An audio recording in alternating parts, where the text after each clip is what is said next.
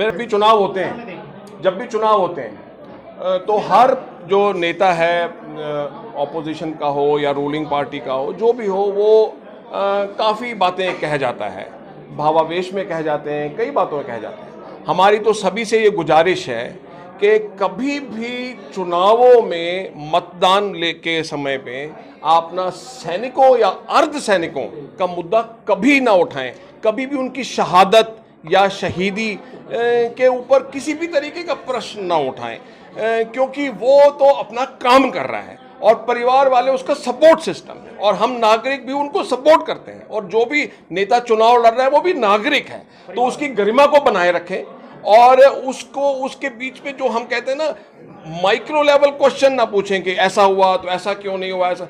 तो जो बंदा अपनी ड्यूटी कर रहा है उसका मनोबल गिरता है, वो कहता है मैं आज जो कर रहा हूं उस सभी चीज़ों पे प्रश्न लगेगा, कभी ना कभी कोई ना कोई प्रश्न पूछेगा।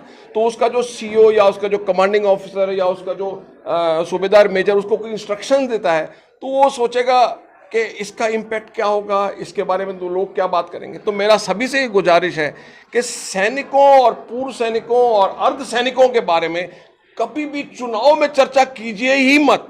ये मेरी सभी से गुजारिश है जिसने जो अभी विवादित बयान दिया है, जो जिस पर आपको आपत्ति है, क्योंकि फरीदाबाद लोकसभा क्षेत्र है ये। देखिए, आपको मालूम है, जैसा कि इन्होंने बताया, प्रत्यक्ष को प्रमाण की आवश्यकता नहीं है।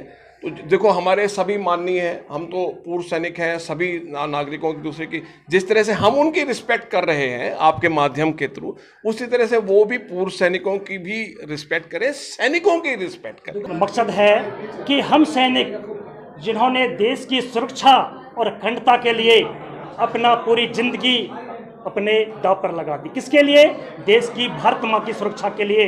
यदि लोकतंत्र देश के अंदर भारत माँ की सीमा सुरक्षित नहीं है तो आप लोग भी, कोई भी देश का नागरिक सुरक्षित नहीं रहेगा। इसलिए मेहरबानी करके मेरी सभी से निवेदन है कि राजनीति से ऊपर उठ करके देश की सुरक्षा पर कभी भी कोई वोट ना मांगे, कोई भी किसी प्रकार का लालच ना रखे। कौन करता है राजनीति? प्रत्यक्ष को प्रमाण की जरूरत नहीं है। जैसे कि आपके मीडिया वालों ने क्वेश्चन भी किए थे कि सैनिकों के लिए वोट मांगी जा रही है, और मैं आपको चैलेंज करता हूं कि भूतपूर्व सैनिक इस राजनीति में आएंगे और सामने लोकसभा के कैबिनेट के अंदर हम लोग बताएंगे कि सैनिकों पर किस प्रकार की कोई भी कार्रवाई या इसको नीचे दिखाने के लिए, मॉरल मोटिवेशन के लिए कोई नहीं बोलेगा। ये प्रेस वार्ता की क्यों है? क्या जरूरत इसलिए की है कि आइंदा पूरा देश सुन रहा है, कोई भी सैनिकों के शहीद के लिए नहीं बोलेगा।